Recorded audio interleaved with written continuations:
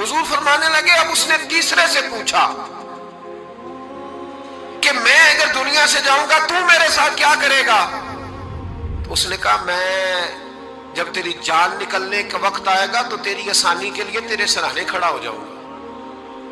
اور جب تیری روح پرواز کرے گی تو میں قبر تک بھی تیرے ساتھ جاؤں گا، لوگ دفن کر کے آئیں گے، میں قبر کے اندر بھی جاؤں گا،